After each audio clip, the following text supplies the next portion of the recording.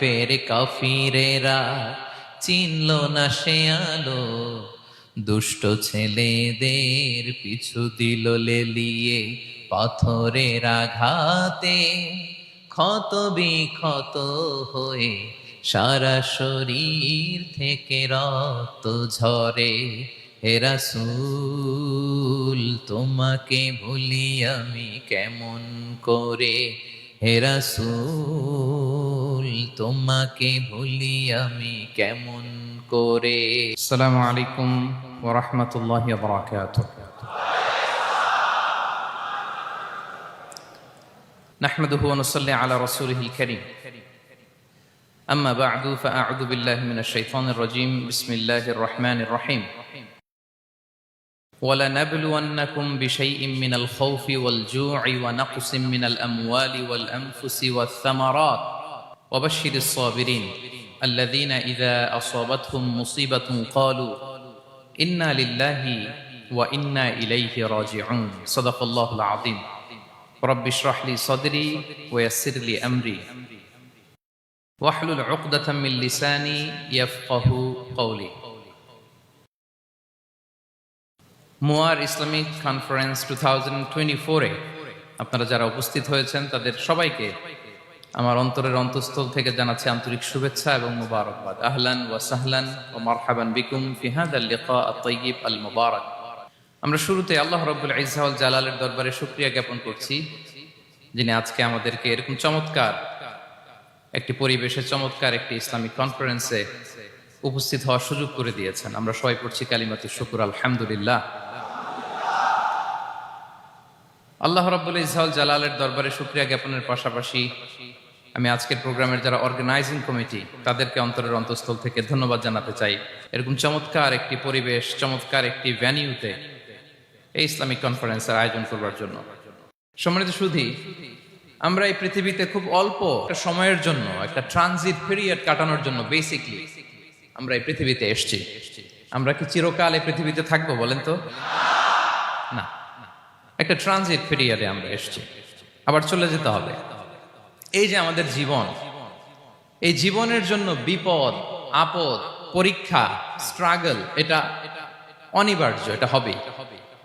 বিপদ নাই, কষ্ট নাই, আপদ নাই, অনিশ্চয়তা নাই, স্ট্রাগল নাই, এমন কি কেউ আছে এখানে?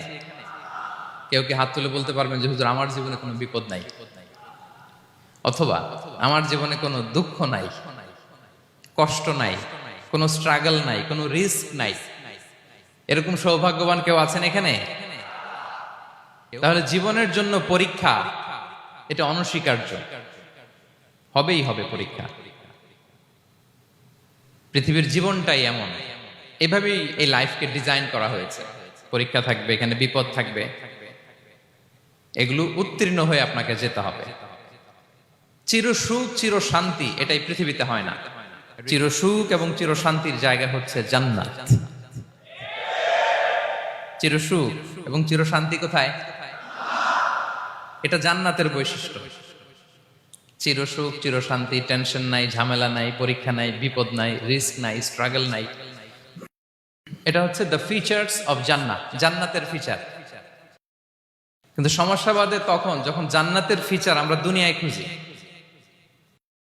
যেটা পাবো আমরা জান্নাতে, এটা খুঁজি কোথায়?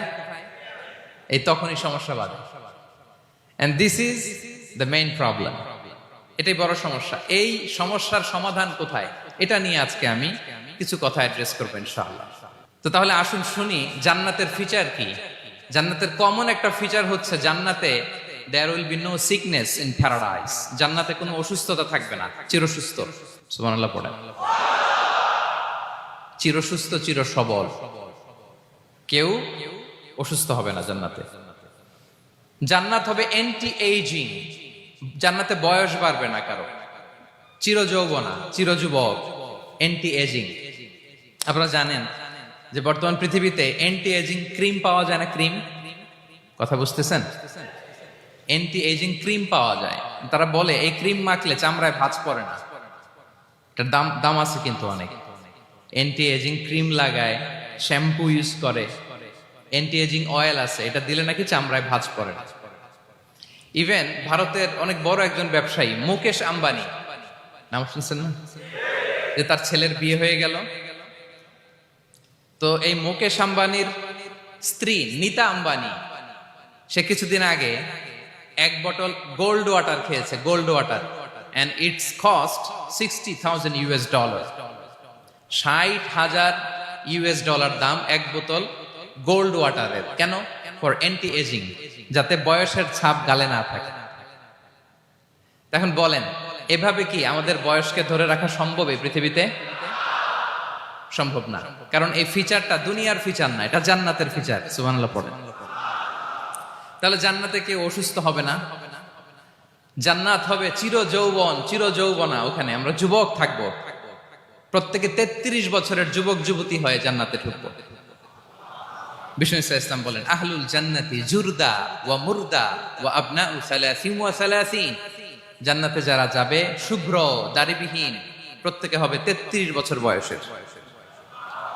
ওই যে 33 বছর বয়সে একবার ঢুকলেন, আর বয়স বাড়বে না, ওইটাই চিরকাল ওই বয়স পাবেন। জান্নাতের আরেকটা ফিচার হচ্ছে নো ফ্রাস্ট্রেশন, কোনো চিন্তা নাই, দুশ্চিন্তা নাই, হাইপার টেনশন নাই, সজীব প্রাণবন্ত। সুবহানাল্লাহ। জান্নাতের আরেকটা ফিচার হচ্ছে there is no expiry date in জান্নাত। এক্সপায়ারি ডেট আছে? জান্নাতে যে ঢুকবো 7 দিনের জন্য চেক ইন, নাকি? চেক ইন কয় দিনের জন্য? 7 দিন, 10 দিন পরে চেক আউট করে ফেলবে, এরকম না। নো এক্সপায়ারি ডেট, আজীবন। একবার এন্ট্রি পেলে বের হওয়ার টেনশন নাই। আল্লাহু আকবার। তাহলে no expiry date, rather it's eternal, আজীবন থাকবেন, খালিদিনা ফিহা, চিরকাল থাকবেন। এবং জান্নাতের সবচাইতে গুরুত্বপূর্ণ ফিচার হচ্ছে there will be no death in জান্নাত। জান্নাতে আপনার আর মৃত্যু হবে না, মৃত্যুর বিদায় হবে। তার মানে আপনি অমর হবেন। তাহলে আপনি চির সুস্থ, চির সবল হবেন জান্নাতে, চির যুবক থাকবেন, প্রাণবন্ত থাকবেন, আপনি অমর হবেন, আপনি জান্নাতে মরবেন না। জান্নাতীরা যখন জান্নাতে যাবে, ফেরেশতারা ডেকে বলবে, ইয়া আহলাল জান্নাতি ইন্না লাকুম আন তাসিহু ফালা তাসকামু আবাদা। জান্নাতীরা চিরকাল সুস্থ থাকবা, অসুস্থ হবা না। ইন্না লাকুম আন তাশিব্বু ফালা তাহরামু আবাদা, তোমরা শাবাব থাকবা, বুড়া হবা না। ওয়া ইন্না লাকুম আন তাহইয়াউ ফালা তামুতু আবাদা, চিরকাল বেঁচে থাকবা, মরবা না। এবং সেদিন জান্নাতে মৃত্যু দেয়া হবে, মৃত্যু দেয়া হবে। ইউতাল মাউতু বিকাবশিন আমলাহ, একটা ছাগলের আকৃতিতে মৃত্যুকে আনা হবে। ফায়ুযবাহুল মাউত, মৃত্যুকে জবাই দেয়া হবে।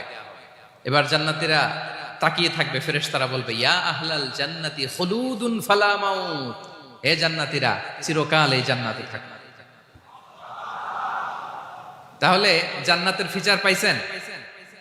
এখন কোন বোকা যদি এই ফিচার দুনিয়ায় খোঁজে, পাবে? পাবে না, কারণ দুনিয়ার ফিচার আলাদা। দুনিয়ার ফিচার কি?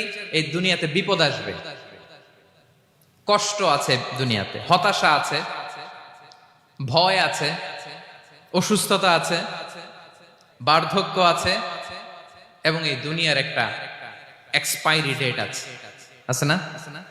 দ্য ডে ইউ ডাই, যেদিন আপনি মারা যাবেন, এটা আপনার এক্সপায়ারি ডেট। চলে যেতে হবে, চলে যেতে হবে। এই পৃথিবীতে মৃত্যুর অস্তিত্ব আছে। সবকিছু থমকে দিয়ে, আপনাকে চমকে দিয়ে মৃত্যু চলে আসবে, ঠিক কিনা বলেন? তাহলে এগুলো হচ্ছে দুনিয়ার ফিচার। এই দুনিয়াতে বিপদ আপদ, কষ্ট, ঝুঁকি, স্ট্রাগল, বার্ধক্য, অসুস্থতা, এগুলো নিয়ে আমাদেরকে টিকে থাকতে হয়। এটা দুনিয়ার ফিচার, মিলায় ফেললে হবে না। জান্নাতের ফিচার একটা, দুনিয়ার ফিচার আরেকটা। দুনিয়াতে কষ্ট থাকবে, বিপদ আপদ থাকবে। এই দুনিয়ার ফিচারটা আল্লাহ তাআলা কোরআনের একটা আয়াতে খুব চমৎকার ভাবে উল্লেখ করেছেন। সেটা দিয়েই আমি আলোচনা শুরু করেছি। আল্লাহ তাআলা ইরশাদ করছেন, ওয়ালা নাবলুওয়ান্নাকুম বিশাইইম মিনাল খাউফি ওয়াল জুই ওয়া নাকসিম মিনাল আমওয়ালি ওয়াল আনফুসি ওয়াস সামারাত ওয়া বাশশিরিস সাবিরিন। আল্লাহ তাআলা বলছেন, অবশ্যই অবশ্যই আমি তোমাদেরকে পরীক্ষা করব, ভয় দিয়ে, ক্ষুধা দিয়ে, সম্পদের ঘাটতি দিয়ে, আতঙ্ক দিয়ে, প্রাণনাশ দিয়ে, ফল ফসলের হানি দিয়ে পরীক্ষা করব। কিন্তু এই পরীক্ষায় যারা উত্তীর্ণ হবে, যারা সবর ইখতিয়ার করবে, ওয়াবাশশিরিস সাবিরিন, ধৈর্যশীলদের জন্যই হচ্ছে সুসংবাদ। আলহামদুলিল্লাহ পড়ে।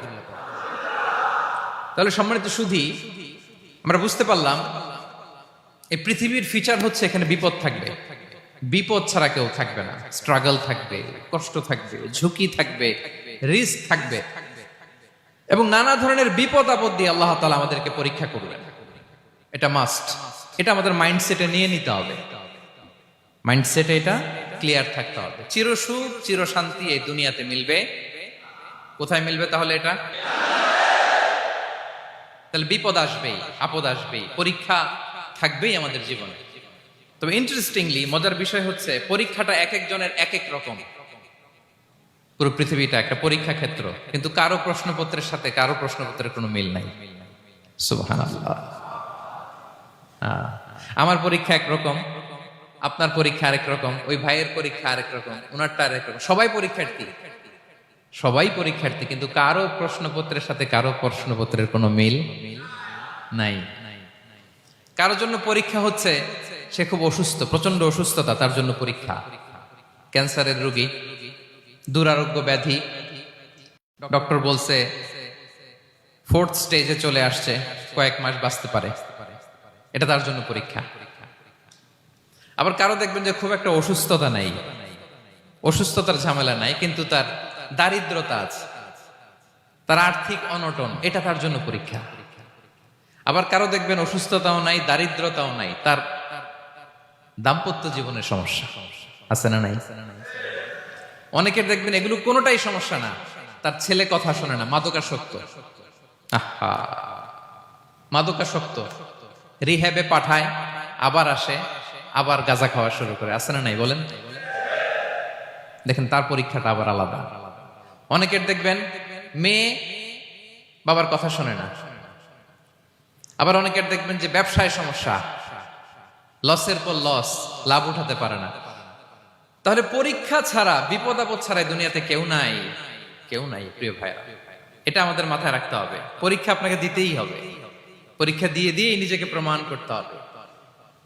আর এক একজনের পরীক্ষাটা এক এক রকম, কারো পরীক্ষার সাথে কারো পরীক্ষার কোনো মিল থাকবে না।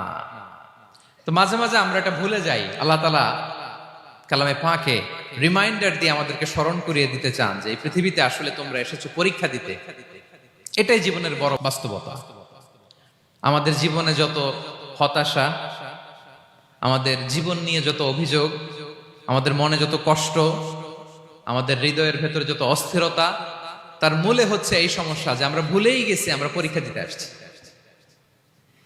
এটা যদি ভুলে না যান, এটা যদি আপনার মাইন্ডসেটে থাকে যে পুরো জীবনটা একটা পরীক্ষা, তাহলে দেখবেন কোনো কিছু আপনাকে কাবু করতে পারবে না। আপনি হতাশ হবেন না, জীবন নিয়ে আর অভিযোগ থাকবে না, আপনি ভেঙে পড়বেন না, সব অভিযোগ হতাশা দূর হয়ে যাবে।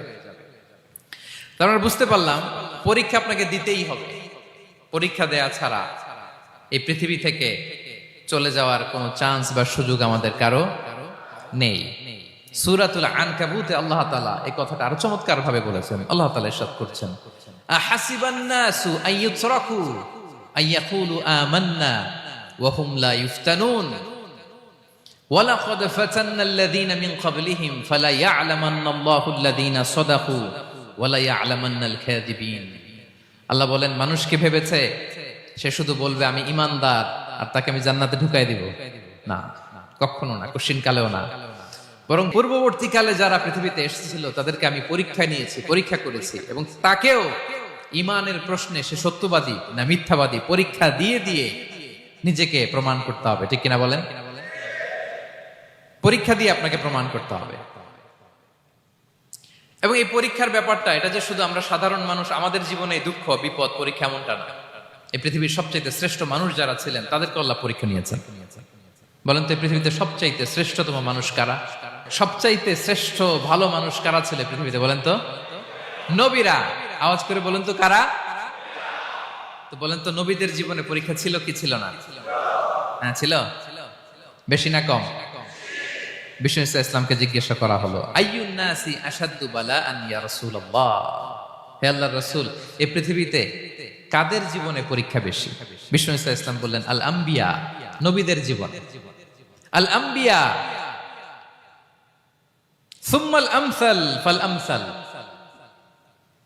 সবচাইতে জীবনে পরীক্ষার সম্মুখীন সবচেয়ে বেশি হয়েছেন নবীরা।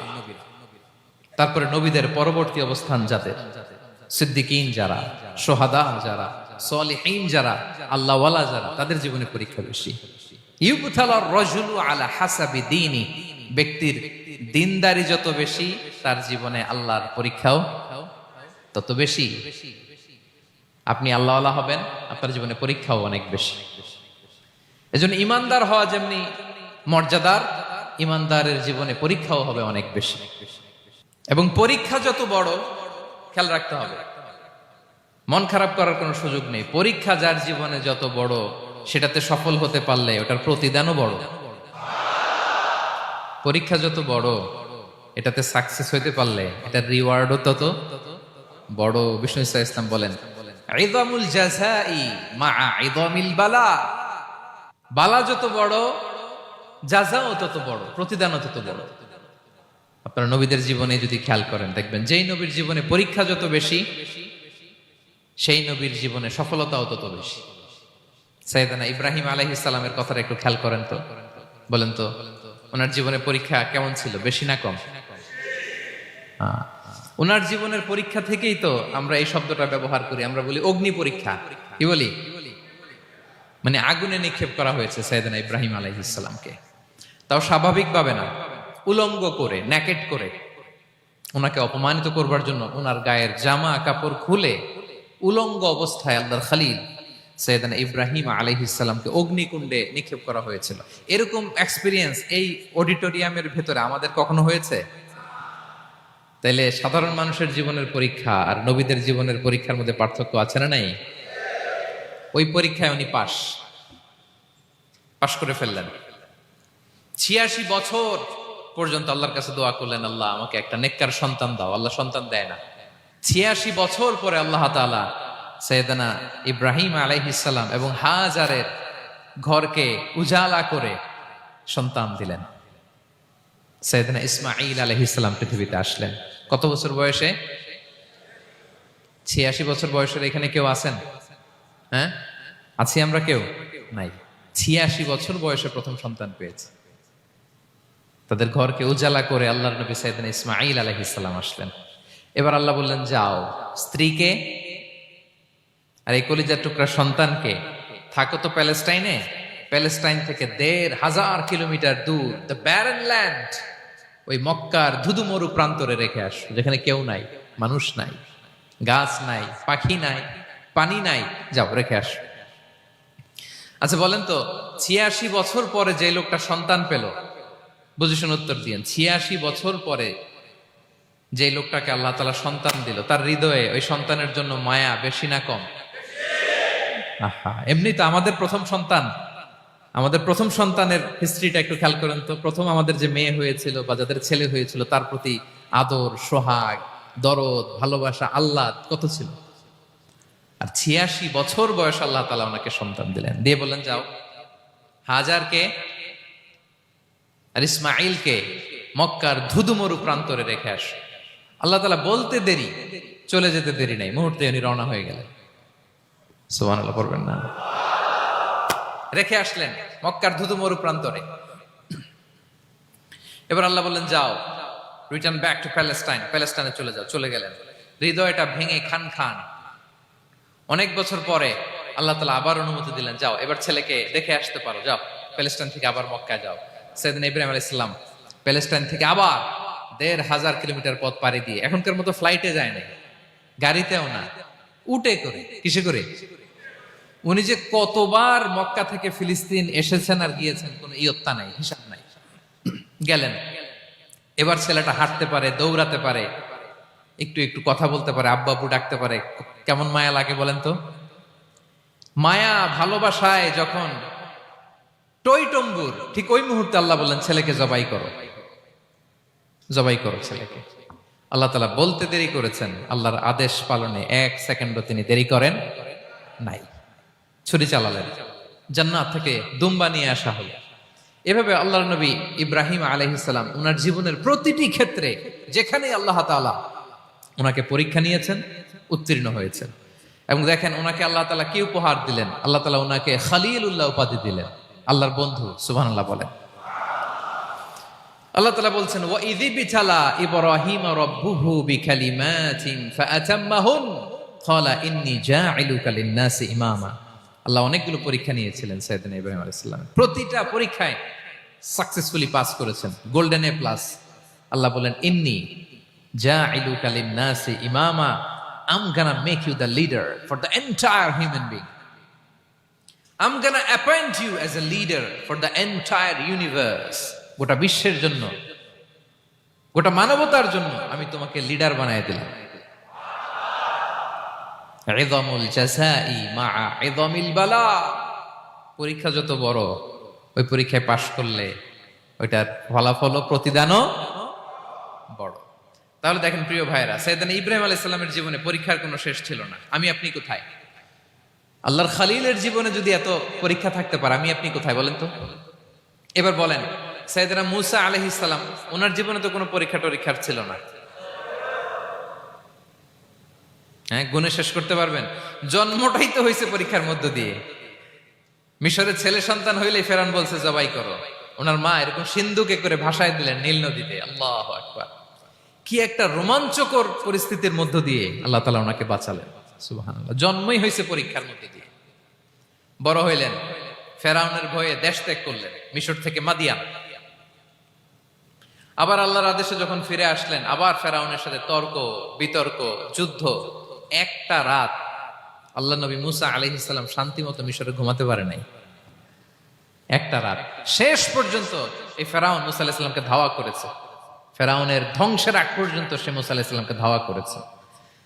তার মানে মূসা আলাইহিস সালাম এই বিপদ আপদ পরীক্ষা এগুলো থেকে মুক্তি পান নাই। এবার বলেন ঈসা আলাইহিস সালামের কথা, ওনার জীবনে তার পরীক্ষা ছিল না?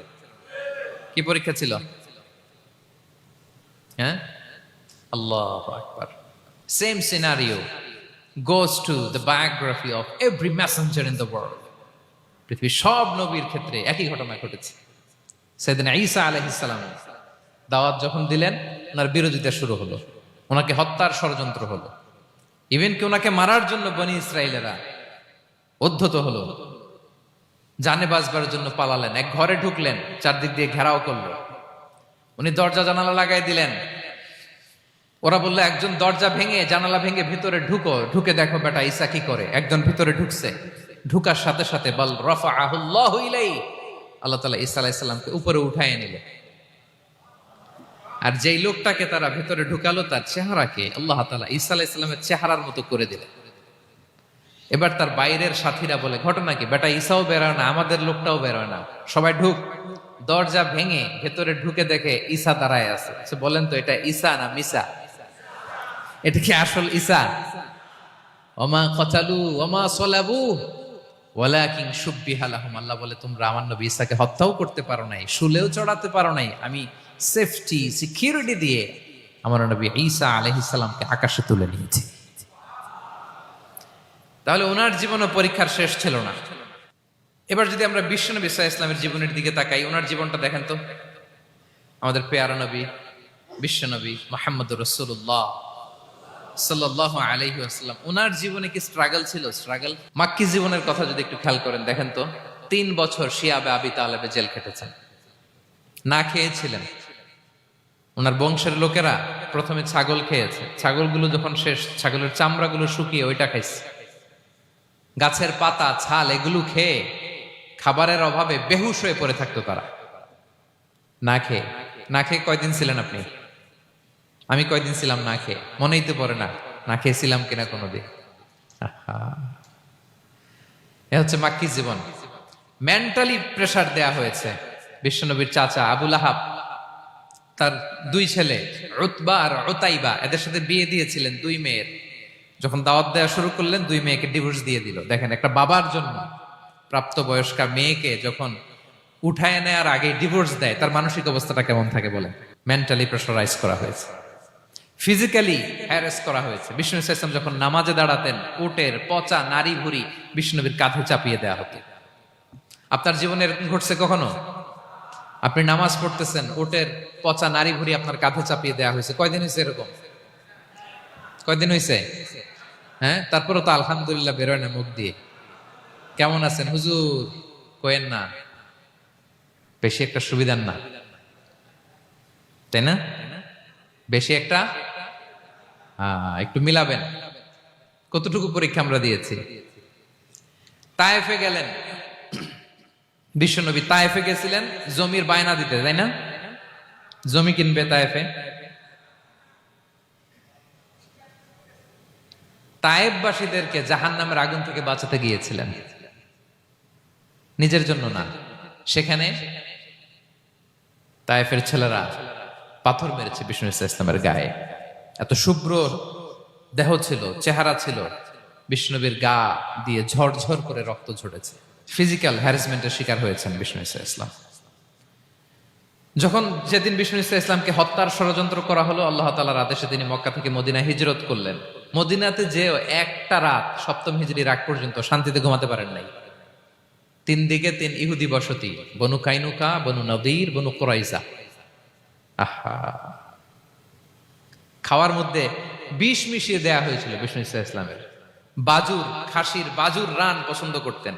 এক ইহুদি মহিলা বিষ্ণু ইসলামের ওই রানের মধ্যে বিষ মিশিয়ে দিয়েছিল। ওই বিষের যন্ত্রণায় মৃত্যুর আগ পর্যন্ত বিষ্ণুনবী কাতরাতেন, এবং উনি ইন্তেকালের সময় ওই বিষের ব্যথা যন্ত্রণাতে ইন্তেকাল করেছেন। বিষ্ণুনবীর ইন্তেকালটা শাহাদাতের ইন্তেকাল ছিল। বিষ্ণু ইসলাম বলেছেন, ওই যে খায়বার এলাকার ওই মহিলা যে আমার খাবারে বিষ মিশিয়েছিল, সেই বিষের যন্ত্রণা, বেদনা, কষ্ট আমি অনুভব করছি।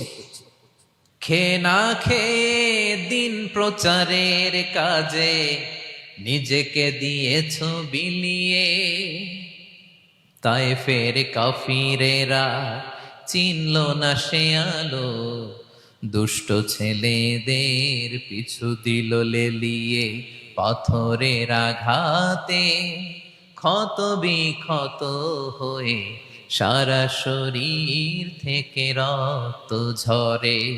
হে রাসূল তোমাকে ভুলি আমি কেমন করে, হে রাসূল তোমাকে ভুলি আমি কেমন করে। হাজার ব্যথা বেদনার পরে ফিরে আসনি তুমি আপন ঘরে, দিনের আলো তুমি ছড়িয়ে দিতে চলে গেলে মদিনায় মক্কা ছেড়ে। হে রাসূল তোমাকে ভুলি আমি কেমন করে, হে রাসূল তোমাকে ভুলি আমি কেমন করে। ঠিক কিনা বলেন? একটা রাত শান্তিতে, শান্তির ঘুম তিনি দিতে পারেন নাই।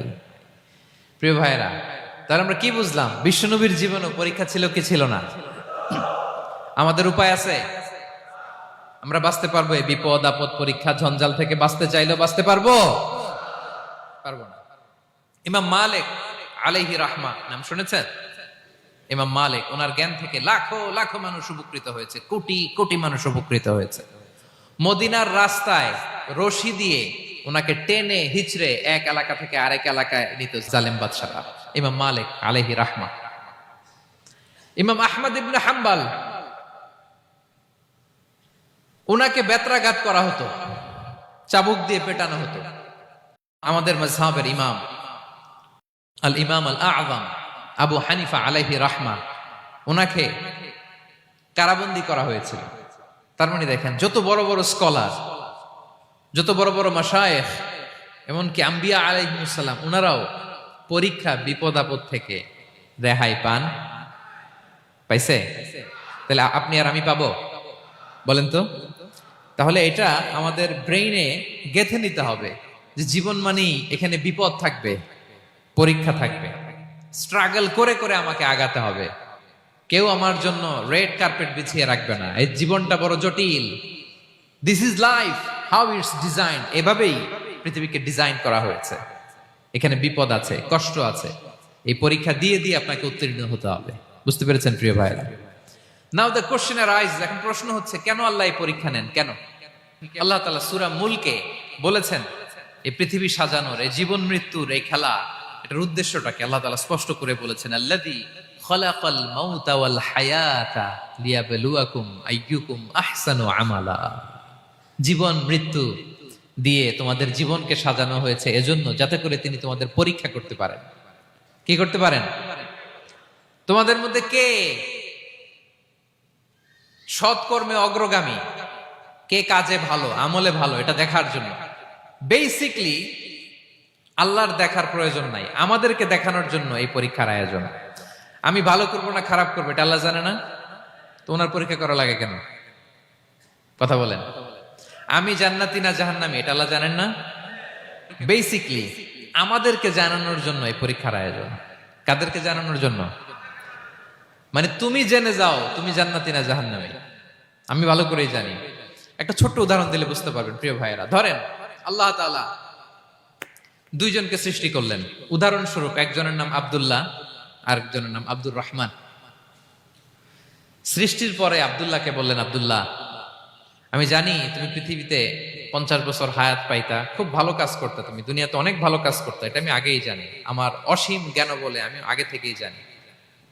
তো যাও, তোমার এইমাত্র সৃষ্টি করলাম, যাও তুমি জান্নাতে ঢুকে যাও, কারণ আমি জানি তুমি জান্নাতি হবে। আচ্ছা, আর আব্দুর রহমান তুমি পৃথিবীতে খুব খারাপ কাজ করতে, এটা আমি জানতাম, তোমারে পাঠাইলে খারাপ কাজ করবা, তুমি সীমা লঙ্ঘন করবা, অন্যায় করবা, অপরাধ করবা, তুমি জাহান্নামী হবা, যাও। যেহেতু আমি জানি পরীক্ষার আর দরকার নেই, তোমারে জাহান্নাম দিয়ে দিলাম, যাও ঢুকে যাও। আব্দুল্লাহ ঠিকই জান্নাতে ঢুকে যাবে, আব্দুর রহমান কি ঢুকবে? ঢুকবে। সে বলবে, আল্লাহ এইমাত্র আমারে বানাইলেন, এইমাত্র আপনি আমাকে সৃষ্টি করলেন, সৃষ্টি করেই বলতেছেন তুমি জাহান্নামে যাও, আর বলতেছেন আমি জানি দুনিয়াতে পাঠালে তুমি খারাপ কাজ করবা, তুমি জাহান্নামী হবা, পাঠানোর আর কি দরকার, আগে থেকে জাহান্নামে যাও। আল্লাহ আপনি জানলে জানতে পারেন, আমি তো জানি না। ঠিক কিনা বলেন? সে বলবে, না আল্লাহ আপনি ভুল বলতেছেন, এই দুনিয়াতে পাঠাইলে আমি খুব ভালো কাজ করতাম, আমি সীমা লঙ্ঘন করতাম না, নামাজ পড়তাম, রোজা রাখতাম, হজ করতাম, যাকাত দিতাম, সাদাকা করতাম, চ্যারিটি করতাম, জনকল্যাণকর সব ভালো কাজগুলো আল্লাহ আমি করতাম। এজন্য আল্লাহ তাআলা পরীক্ষার আয়োজন করেছেন, যাতে করে তুমি জেনে যাও যে পৃথিবীতে তুমি কি করেছো। এখন আর আল্লাহকে এক্সকিউজ দেওয়ার সুযোগ নেই। আচ্ছা বলেন তো, আবু জাহেলকে যদি আল্লাহ এখন কিয়ামতের দিন বলে, Abu Jahl go to the hell fire, আবু জাহেলের কিছু বলার সুযোগ আছে? কারণ ও দুনিয়াতে কি করে আসছে এটাও জানে না। ফেরাউনকে ডেকে যদি আল্লাহ বলে, ফেরাউন তুমি জাহান্নামে যাও, go to the hell fire, ওর কি কোনো এক্সকিউজ দেওয়ার সুযোগ আছে? বলেন, সুযোগ আর আছে? কারণ তুমি দুনিয়াতে কি করেছো তোমার চেয়ে ভালো কেউ আর জানে? তা পৃথিবীতে এই পরীক্ষার এই আয়োজনের সবচাইতে বড় উদ্দেশ্য হচ্ছে যাতে করে আমরা দেখে যাই যে আমরা কি কাজ করছি। কেউ যখন পরীক্ষা দেয় প্রিয় ভাইরা, ওই পরীক্ষায় কত পাবে তার একটা হিসাব আছে না? বলেন, আপনি গণিত পরীক্ষা দিয়ে আসছেন, যে 100-তে 100 পাবে সে বলতে পারে আমার সব অঙ্ক হয়েছে, ঠিক কিনা বলেন? আর যে লাড্ডু গুড্ডু বুঝছেন তো, কিছুই পারে নাই, ঘোড়ার ডিম, তারও একটা হিসাব আছে যে সে কিছুই লিখে আসতে পারে নাই। তাই পৃথিবীতে এই পরীক্ষার আয়োজনের প্রধানতম কারণ হচ্ছে যাতে করে আমরা বুঝে যেতে পারি যে আমরা কোথায় যাব, জান্নাতে না জাহান্নামে। প্রিয় সুধী, এ পর্যায়ে আমরা জানবো এই যে পরীক্ষা আল্লাহ তাআলা নিচ্ছেন আমাদেরকে, এই পরীক্ষায় সফল হওয়ার মূল মন্ত্র কি। কোরআনে বিভিন্ন আয়াতে এই পরীক্ষার কথা বলা হয়েছে এবং এই পরীক্ষার সফলতার মূল মন্ত্রও কোরআনে ঘোষিত হয়েছে। আলহামদুলিল্লাহ বলেন। যে আয়াত দিয়ে আমি শুরু করেছি, এই আয়াতে আল্লাহ তাআলা বলেছেন, ওয়াবাশশিরিস সাবিরিন, নবী হে ধৈর্যশীলদেরকে আপনি সুসংবাদ দিন, ধৈর্যশীলদেরকে সুসংবাদ দিন। তার মানে বিপদে ধৈর্য ধারণ করতে হবে প্রিয় ভাইরা। ইন্নামাস সাবরু ইনদা সাদামাতিল উলা। বিপদে আমরা অনেক সময় প্যানিক হয়ে যাই, অস্থির হয়ে যাই, কি করব, হতাশ না। মুমিনরা হতাশ হয় না, ধৈর্য ধারণ করে। কি করে? কি করে? ধৈর্য ধারণ করার শক্তি দাও গো মেহেরবান আমায়, দাও গো মেহেরবান। পড়েন, ধৈর্য ধারণ করার শক্তি দাও গো মেহেরবান আমায়, দাও গো মেহেরবান। সবাই বলুন একসাথে, ধৈর্য ধারণ করার শক্তি দাও গো মেহেরবান আমায়, দাও গো মেহেরবান। বুকের ভেতর ব্যথার নদী বইছে অবিরাম, বইছে অবিরাম। পড়ুন, ধৈর্য ধারণ করার শক্তি দাও গো মেহেরবান, আমায় দাও গো মেহেরবান। পড়েন আমিন। আল্লাহ যেন বিপদে আমাদেরকে ধৈর্য ধারণ করার তৌফিক দান করে। প্রিয় ভাইয়েরা, ধৈর্য এটা এমন একটা গাছ যে গাছের সারা গায়ে কাটা, কিন্তু এই গাছের ফলটা বড় সুস্বাদু। আই রিপিট, আমি আবারও বলছি, ধৈর্য এটা এমন একটা গাছ যে গাছের সারা গায়ে কাটা, কিন্তু ফলটা বড় মিষ্টি, ফলটা বড় সুস্বাদু। সবাই ধৈর্য ধারণ করতে পারে না। বিষ্ণু ইসলামকে আল্লাহ তাআলা নানা সময় আশ্বস্ত করেছেন, সান্ত্বনা দিয়েছেন, আর ধৈর্যের বাণী শুনিয়েছেন। আল্লাহ বলেন, ফাসবির কামা সবারা উলুল আজমি মিনার রসুল। নবী হে, আপনার আগে দৃঢ় প্রত্যয়ী নবীরা যেরকম ধৈর্য ধারণ করেছে, আপনিও ধৈর্য ধারণ করুন। সূরাতুল মুজাম্মিল আল্লাহ তাআলা বলছেন, ওয়াসবির আলা মা ইয়াকুলুনা ওয়াহজুরহুম হাজরান জামিলা। ওরা যাই বলুক, আপনি ধৈর্য ধারণ করুন, ওদের কথাকে ইগনোর করুন। Just ignore what they are saying to you. যা বলে আপনি জাস্ট ইগনোর করেন। ওরা বিষ্ণু ঈসা ইসলামের মনোবলকে ভেঙে দেওয়ার জন্য কখনো বিষ্ণু ঈসা ইসলামকে কবি বলে গালি দিত। কবি কি বলতো? শায়ের। কখনো বলতো মজনুন, পাগল। নাউজুবিল্লাহ পড়বেন না? পাগল বলে গালি দিত। মাঝে মাঝে বলতো কাহিন, গণক। মাঝে মাঝে বিষ্ণু ঈসা ইসলামকে তারা বলতো আবতার, লেস কাটা। মুহাম্মদ, তোমার ছেলে নাই, তোমার বংশ নির্বংশ হয়ে গেছে, তোমার নাম নেয়ার মতো কেউ নাই। আহা, কপাল পোড়া। গোটা বিশ্বব্যাপী বিষ্ণু ঈসা ইসলামের সুনাম সুখ্যাতি ছড়িয়ে দিয়েছে কে? আকাশ বাতাস মাড়িয়ে, সাত আকাশ ছাড়িয়ে আল্লাহর আরশ পর্যন্ত আল্লাহ তাআলা বিষ্ণু নবীর সুনাম সুখ্যাতিকে সৌচ্চ করেছেন। ঠিক কিনা বলেন? ইগনোর করুন। আপনাকে কবি বলে, গণক বলে, আপনাকে পাগল বলে, আপনাকে লেসকাটা বলে, জাস্ট ইগনোর দেন। বর্তমান সময়েও নানা ধরনের ট্যাগ আমাদেরকেও দেয় কি দেয় না বলেন? দেয়। আমাদেরকে কি বলে? মৌলবাদী বলে, বলে বলে ওই যে রাজাকার বলে। রাজাকার রাজাকার খেলার দিন শেষ। মন মতো হইলে মুক্তিযোদ্ধা, মন মতো না হইলে রাজাকার, এই দিন শেষ। ওই দিন আর নাই। এই কার্ড দিয়ে আর খেলার দিন নাই। এগুলো মানুষ আর খায় না এখন, এগুলো গিলে না আর। সাধারণ মানুষ বড্ড সচেতন। দেখেন, কালের বিবর্তনে, সময়ের আবর্তনে একই পরিক্রমা আমাদেরকেও ট্যাগিং করে। আমাদেরকে মৌলবাদী বলে, ব্যাকডেটেড বলে, রাজাকার বলে, জঙ্গি বলে, যুদ্ধাপরাধী বলে। আছে না এরকম? ওয়াসবির আলা মা ইয়াকুলুন, নিজের সাথে মিলায় নেন। যা বলে ধৈর্য ধারণ করো। ওয়াহজুরহুম হাজরান জামিলা, জাস্ট ইগনোর দেন, ভালোভাবে ইগনোর করেন, খালাস, সালাম দিয়ে কেটে পড়েন। তাহলে প্রিয় ভাইরা, এই বিপদ আপদ আমাদের পিছু ছাড়বে না, পিছু ছাড়বে না। নবীদের পিছু ছাড়ে নাই, আমরা কোথায়? আমরা আর কি? বিপদ আমাদেরকে ধৈর্য ধারণ করতে হবে, মনোবল হারাইলে হবে না। দেখেন বিশ্বনবী কিভাবে আপনাদেরকে সান্ত্বনা দেয়। বিশ্বনবী বলেন, আজাবান লি আমরিল মুমিন, মুমিনের ব্যাপারটা বড় আশ্চর্যজনক। ফাইন্না আমরাহু কুল্লাহু লাহু খাইর, মুমিনের জীবনে যা ঘটে সবটাই খাইর, সবটাই কল্যাণ। ইন আসাবাতহু সাররাউ শাকারা ফাকানা খাইরাল্লাহ ওয়া ইন আসাবাতহু দাররাউ সাবারা ফাকানা খাইরাল্লাহ। মুমিনের জীবনে যদি সুখ আসে তাহলে মুমিন শুকরগুজার হয়, এটা তার জন্য ভালো। আর যদি মুমিন জীবনে দুঃখ আসে তাহলে সে সবর ইখতিয়ার করে, এটাও তার জন্য ভালো। সুবহানাল্লাহ। তাহলে দেখেন, আমরা হয় সুখে থাকি নয় দুঃখে থাকি, ঠিক কিনা বলেন? তাহলে সুখের সময় আমরা শুকর করি, কি করি? শুকরগুজার হই।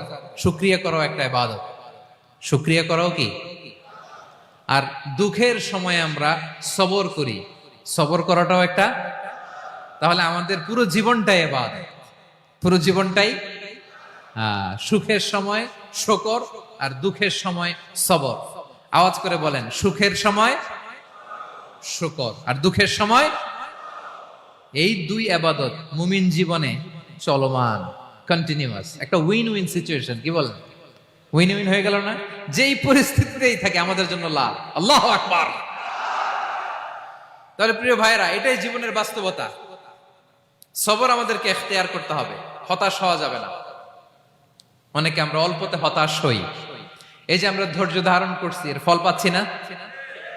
দীর্ঘ 1.5 দশক ধরে ধৈর্য ধারণ করছেন না আপনারা? এখন মুক্তি, স্বাধীনতা, বিজয় এনে দিয়েছে কে? ধৈর্য ধারণ করুন। ধৈর্যের যে ফলাফল, এটা বড় মিষ্টি। ধৈর্য এমন একটা গাছ, এই গাছের সারা গায়ে কাটা, কিন্তু এর ফলটা বড় সুস্বাদু, এর ফলটা বড় মিষ্টি। ধৈর্য ধারণ করার অভ্যাস করতে হবে প্রিয় ভাইরা। মুমিন হতাশ হয় না, হাল ছেড়ে দেয় না। মুমিন ভরসা রাখে একজনের উপর, তিনি কে? লা তাইয়াসু মির রাউহিল্লাহ ইন্নাহু লা ইয়াইয়াসু মির রাউহিল্লাহি ইল্লাল কওমুল কাফিরুন। আল্লাহর রহ থেকে, রহম থেকে নিরাশ হয়ে যাও না। কাফির ছাড়া, অকৃতজ্ঞ ছাড়া কেউ আল্লাহর রহ থেকে, আশা থেকে নিরাশ হয় না। শয়তানের সবচেয়ে বড় মিশন হলো আমাদেরকে হতাশ বানানো। এটা খেয়াল রাখবেন। শয়তানের সবচাইতে বড় মিশন কি? আমাদেরকে হতাশ করে দেয়া। হতাশ বানাইতে পারলে সে সাকসেসফুল, খুশি। কিন্তু আমরা এত সহজে হতাশ হই না, আমরা নিরাশ হই না, আমরা বিপদে হাল ছেড়ে দেই না। আমরা ভরসা রাখি এক মহান সত্তার উপর। তিনি কে? মনে থাকবে? বিপদ আসলে ভেঙে পড়বেন? ভিসা না হইলে কান্নাকাটি শুরু করবেন? ব্যবসায় লস হইলে হাউমাউ? হ্যাঁ, দেশ থেকে কোনো দুঃসংবাদ আসলে হতাশ হবেন, ভেঙে পড়বেন?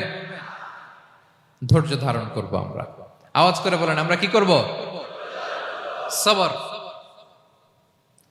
বিপদ ট্যাকেল দেওয়ার প্রথম স্টেপ হচ্ছে সবর। ধৈর্য ধারণ করতে হবে। অবশ্যই সাবিরিন, ধৈর্যশীলদেরকে সুসংবাদ দাও। বিপদ থেকে বাঁচার দ্বিতীয় স্টেপ হচ্ছে এই বিপদ থেকে উত্তরণের চেষ্টা করতে হবে। কন্টিনিউয়াস প্রচেষ্টা চালিয়ে যেতে হবে। ওয়াল্লাযীনা জাহাদু ফিনা লানাহদিয়ান্নাহুম সুবুলানা। যারা আমার রাস্তায় চেষ্টা করে, প্রচেষ্টা করে, স্ট্রাগল করে, তাদেরকে আমি পথ দেখিয়ে দেই, সুবুল দেখিয়ে দেই, ওয়ে আউট দেখায় দেই, এক্সিট দেখায় দেই। কোথাও আটকাবেন না আপনি, আপনাকে এক্সিট দেখায় দিবে কে? মালয়েশিয়াতে কেলুয়ার বলে না? কেলুয়ার কি বলে চেনেন? কেলুয়ার মানে কি? এক্সিট। এক্সিট পেয়ে যাবেন, আটকাবেন না আপনি জীবনে কোথাও। 3 নাম্বার, আল্লাহর উপর তাওয়াক্কুল করতে হবে বিপদ আসলে। ওমাইয়া তাওয়াক্কাল আলাল্লাহি ফাহুয়া হাসবুহ। আল্লাহর উপর যে তাওয়াক্কুল করে, আল্লাহই তার জন্য যথেষ্ট হয়ে যায়। তাহলে বিপদে প্রিয় ভাইরা আমরা প্যানিক হব না, ধৈর্য ধারণ করব, বিপদ থেকে উত্তরণের সর্বোচ্চ প্রচেষ্টা চালিয়ে যাব, আর ভরসা রাখবো একজনের উপর, তিনি কে? আর বিপদ আসলে এটাকে নেগেটিভলি নেবেন না সব সময়। বিপদ আপদ এটা অনেক পজিটিভ, ভালো জিনিস আমাদের জীবনে বয়ে নিয়ে আসে। শাইখুল ইসলাম ইবনু তাইমিয়া আলাইহি রাহমা, উনি বলতেন, খুব দামি কথা, খুব হেভি ওয়েট কথা, মনোযোগ দিয়ে শুনুন। তিনি বলতেন, যে নেয়ামত তোমাকে আল্লাহ থেকে দূরে সরায়, ওই নেয়ামতের চেয়ে বিপদ ভালো, যে বিপদ তোমাকে আল্লাহর দিকে ধাবিত করে। আই রিপিট, আমি আবারও বলি, যে নাজ নেয়ামত তোমাকে আল্লাহ থেকে দূরে সরিয়ে দেয়, সে নাজ নেয়ামতের চেয়ে ওই বিপদ আপদ ভালো, যে বিপদ আপদ তোমাকে আল্লাহর কাছে টেনে নেয়। তাহলে বিপদ আপদ আসলে আপনি হতাশ হবেন? আর কখনো দুঃখ করবেন? মোয়ারের ভাইয়েরা, আর মন খারাপ করবেন? আপনি খেয়াল করে দেখেন, বিপদ আসলে আমরা আল্লাহরে ডাকি বেশি। যখন অসুস্থ আপনি খেয়াল করেন তো, আল্লাহ আল্লাহ, তুমি ছাড়া বাঁচানোর কেউ নাই, আল্লাহ আল্লাহ তুমি হেফাজত করো, আল্লাহ তুমি সুস্থ করে দাও। যখন লাইফ থ্রেট, দেখেন আপনি গুম হয়ে যেতে পারেন, আপনার কারাবন্দী করতে পারে, এরকম একটা বিপদের মধ্যে আছেন, তখন খেয়াল করেন তো আল্লাহর সাথে আপনার কানেক্টিভিটি, রিলেশনশিপটা কতটা ডেভেলপ হয়। কারণ বিপদে পড়লে আমরা আল্লাহরে ডাকি বেশি। তাহলে বিপদ আপদেরও কিছু পজিটিভ সাইড বা দিক আমাদের জীবনে আছে না নাই? অনেক পজিটিভ দিক আছে, কয়েকটা শেয়ার করি। 1 নাম্বার, আল্লাহ, 1 নাম্বার পজিটিভ সাইড তো বললাম, ইমাম ইবনু তাইমিয়া যেটা বললেন। এরপরে হচ্ছে মাঝে মাঝে আল্লাহ তাআলা আমাদের মর্যাদাকে আপগ্রেড করতে চায়, এলিভেট করতে চায়। আপনি ধরেন কোন একটা এয়ারলাইন্সের রেগুলার প্যাসেঞ্জার টিকিট কাটেন, মাঝে মাঝে হঠাৎ করে দেখবেন কাউন্টারে গেলে তারা বলে you are upgraded to business class অথবা you are upgraded to first class. যেহেতু রেগুলার প্যাসেঞ্জার, অনেক মাইলস জমা হয়েছে, আপগ্রেড করে দেয়। তো আল্লাহ তাআলা মাঝে মাঝে চায় তিনি আমাদের মর্যাদাকে, র্যাঙ্ক এটাকে আপগ্রেড করবেন, কিন্তু আমার যে আমল আখলাকের অবস্থা ওইটা দিয়ে ওই আপগ্রেড র্যাঙ্কে যাওয়ার সুযোগ নাই। বুঝতেছেন কথা? আল্লাহ চায় আমার লেভেল একটু আপ করতে, কিন্তু আমার আমলের যে অবস্থা এতে আমি ওখানে যাই না। তখন আল্লাহ কিছু বিপদ আপদ দিয়ে, পরীক্ষা দিয়ে বান্দাকে টেস্ট করে। ওই পরীক্ষায় যদি উত্তীর্ণ হন, সাথে সাথে আল্লাহ তাআলা আপনার লেভেল বা র্যাঙ্ক আপগ্রেড করে দেয়। সুবহানাল্লাহ পড়বেন না? তাহলে লাভ না লস? আওয়াজ করে বলেন, লাভ না লস? মুমিন জীবনের সব লাভ। যত বিপদ আপদ আপনাকে স্পর্শ করে প্রতিটাতেই আপনার জন্য কল্যাণ। বিষ্ণু ইসলাম বলেন, মা ইউসিবুল মুসলিমা মিন নাসাবিন ওয়ালা ওয়াসাবিন ওয়ালা হাম্মিন ওয়ালা হুজনিন ওয়ালা আযান ওয়ালা গাম্মিন হাত্তা শাওকাতি ইউশাকুহা ইল্লা কাফারাল্লাহু বিহা খাতায়া। আপনার জীবনে যত দুঃখ, যত যন্ত্রণা, যত টেনশন, যত অ্যাংজাইটি, যত ইনজুরি, এমনকি গোলাপ ফুল পাড়তে যে ওখানে যে কাটা বাঁধছে, বরই খেতে যে বরই গাছে ওঠার পর যে একটা কাটা বিঁধছে আপনার হাতে, এর কারণে আল্লাহ তাআলা আপনার গুনাহ মাফ করে দেয়। সুবহানাল্লাহ। তাহলে বিপদ আপদ দিয়ে আল্লাহ বান্দার মর্যাদাকে আপগ্রেড করে। বিপদ আপদে ফেলে আল্লাহ তাআলা বান্দার পাপ মোচন করে। বিপদ আপদ দিয়ে আল্লাহ তাআলা বান্দার শাস্তি মওকুফ করে। এমন পাপ করছেন এটার জন্য শাস্তি বরাদ্দ হয়ে গেছে, কিন্তু আল্লাহ তাআলা ওই শাস্তি থেকে মাঝে মাঝে আপনাকে বাঁচাতে চায়, তখন কিছু বিপদ দিয়ে বান্দারে পরীক্ষা করে। উত্তীর্ণ হলেই আল্লাহ তাআলা ওই শাস্তিকে মওকুফ করে দেয়। তাহলে আসুন সামারি করি, পুরো আলোচনাটার সামারি করি। 1 নম্বর সামারি হচ্ছে বিপদ আপদ, পরীক্ষা, স্ট্রাগল, কষ্ট, এটা সুন্নাতুল্লাহি ফিদ দুনিয়া। এই দুনিয়ায় আল্লাহর সুন্নাত, এর বাইরে কেউ যেতে পারে না, ইভেন নট দ্য মেসেঞ্জার্স, নবীরাও না। আজকের আলোচনায় শুনছেন না নবীদের জীবন দিয়ে কি গেছে, ups and downs, test and trial, নবীরাও না। তাহলে এটা আমাদের মাইন্ডসেটের সাথে সেট আপ করে নিতে হবে যে অতীতে, বর্তমানে, ভবিষ্যতে বিপদ আপদ মুক্ত এই পৃথিবীতে কেউ থাকবে না। পারবেন? হ্যাঁ, এটা মাইন্ডসেটে নিয়ে নিতে হবে যে এটাই জীবন, বিপদ আপদ দিয়ে আল্লাহ পরীক্ষা করবেন। এটাই পৃথিবী। চির সুখ চির শান্তি এই পৃথিবীতে খুঁজলেই পাওয়া যায় না। শুরুতে বলছিলাম না, চির সুখ চির শান্তি। বলেন তো এটা কি দুনিয়ার ফিচার না জান্নাতের ফিচার? জান্নাতের ফিচার দুনিয়ায় খুঁজলে পাওয়া যাবে? যাবে না। তাহলে আজকের আলোচনার 1 নম্বর লেসন হচ্ছে বিপদ আপদ এটা সুন্নাতুল্লাহি ফিদ দুনিয়া। এই দুনিয়া আল্লাহর সুন্নাত, এটা থেকে মুক্তি পাওয়ার কোনো সুযোগ নাই, নবীরাও পায় নাই। 2 নম্বর লেসন, বাঁচার যেহেতু সুযোগ নাই, we have to face it with patience, intellect and tawakkul. বিপদে অস্থির হওয়া যাবে না, এটাকে ফেস করতে হবে উইথ পেশেন্স, ধৈর্যের সাথে। বিপদ আমরা মোকাবেলা করব কিসের সাথে? ধৈর্য। প্যানিক হবেন না, অস্থির হবেন না, ধৈর্য ধারণ করবেন।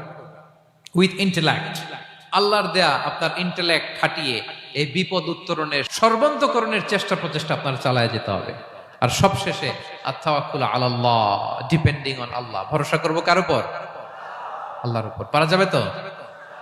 আচ্ছা, 2টা লেসন গেল। 3 নম্বর লেসন হচ্ছে আমাদের ছেলে মেয়েদেরকে we have to educate our child regarding the test and trial in this দুনিয়া। দুনিয়ার এই বিপদ আপদের ব্যাপারে আমাদের ছেলে মেয়েদেরকে শেখাতে হবে, বুঝাতে হবে। ওরা ছোট মানুষ তো অস্থির হয়ে যায়, আব্বু আমার সাথে কেন এমন হয়, আমারই শুধু পেন্সিল চুরি হয়, আমারই শুধু এটা হয়, আমি পরীক্ষায় খারাপ করি, আমি ব্যথা পাই, আমার এই আমার সেই। ছোট মানুষ তো বুঝে না। ওরা বুঝাইতে হবে যে বাবা, this is the essence of life, এটাই জীবন, এটাই কি এই লাইফ হ্যাকস গুলো তাদেরকে শেখাইতে হবে। ডোন্ট বি প্যানিক, প্যানিক হওয়া যাবে না। This is how life is design, এটাই জীবন, বিপদ আপদ আসবে, এটাকে মেনে নিতে হবে, ছেলে মেয়েদেরকে শিখাইতে হবে, তাহলে তারাও প্যানিক হবে না। পারবেন তো ইনশাআল্লাহ? আচ্ছা, 4 নাম্বার লেসন হচ্ছে, যেটা আমরা জানলাম, এই বিপদ আপদ সবসময় আমাদের জন্য খারাপ না। সামটাইমস ইট ব্রিংস খায়ের for us if dealt properly. ঠিক মতো বিপদকে ডিল করতে পারলে এটা আসলে আমার জন্য আখেরে কল্যাণই বয়ে নিয়ে আসে। কি বলেন, তাই না?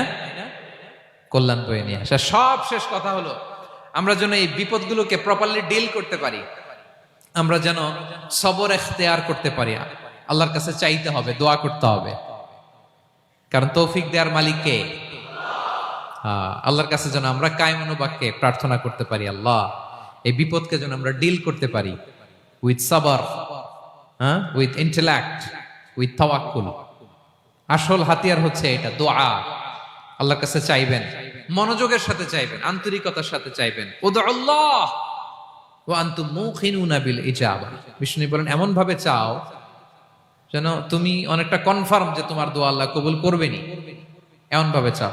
অনেকে রোবোটিক দোয়া করে। রোবোটিক দোয়া মানে দোয়ার মধ্যে প্রাণ নাই, ধ্যান নাই, মন নাই, আগ্রহ নাই, ভালোবাসা নাই। ওই দোয়া আল্লাহ কবুল করে না।